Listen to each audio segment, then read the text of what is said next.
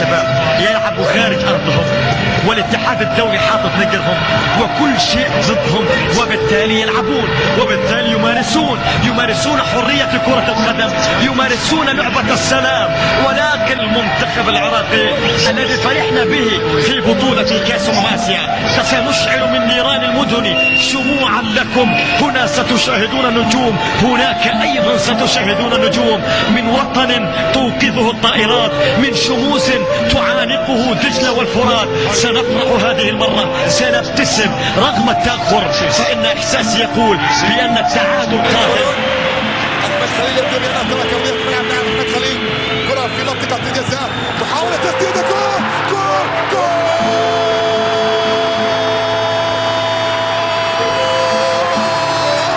سفاح ولد الملحة قدها وقدود، يونس محمود قدها وقدود، يونس محمود ولد الملحة جول، ولد الملحة جول وفعل سجل يونس، وضع الكرة في الشباك ليستجيب لدعوة أهل العراق.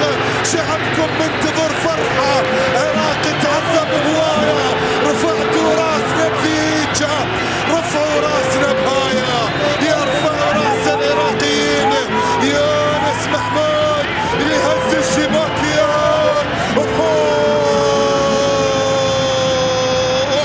يا ولد يا ولد يا ولد يا ولد يا ولد يا ولد، على كرة عمر يأتي الرد. يا ويلي ويلاه يا يونس، يا ويلي ويلاه يا ولد الملحة. ولكن علينا الصبر في قدم الدقائق، لأن المنتخب العراقي هو صاحب روح قتالية عالية جدا وجدا وجدا فعلا.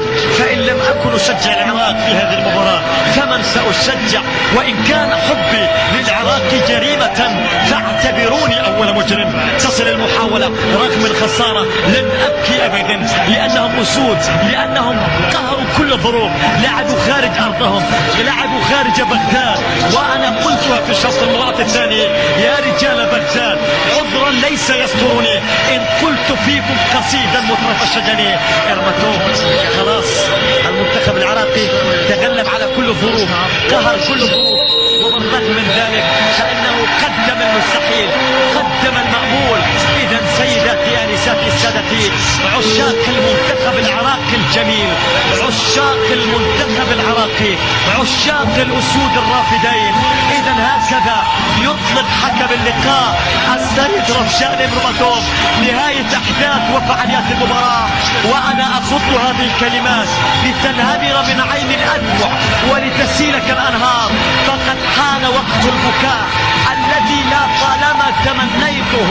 ولتعذروني فلا أستطيع المواصلة سوى بكلمات الختام. مبروك. قد تستغربوا، لا والله المنتخب العراقي قدم مباراة جميلة. مبروك من الميم إلى الكاف لكل عشاق الأسود، لكل عشاق أسود الرافدين، ولكل شخص ساهم في تحقيق هذا الحلم الجميل. هذه هي كرة القدم، أحيانا تفرحك عزيزي المشاهد، وأحيانا أخرى تجعلك حزين، تفاجئك دوما بتقلباتها المجنونة، تسعدك لحظات ويصيبك الإحباط في لحظات أخرى. مجنونة كرة القدم، شوق، إثارة وانفعال.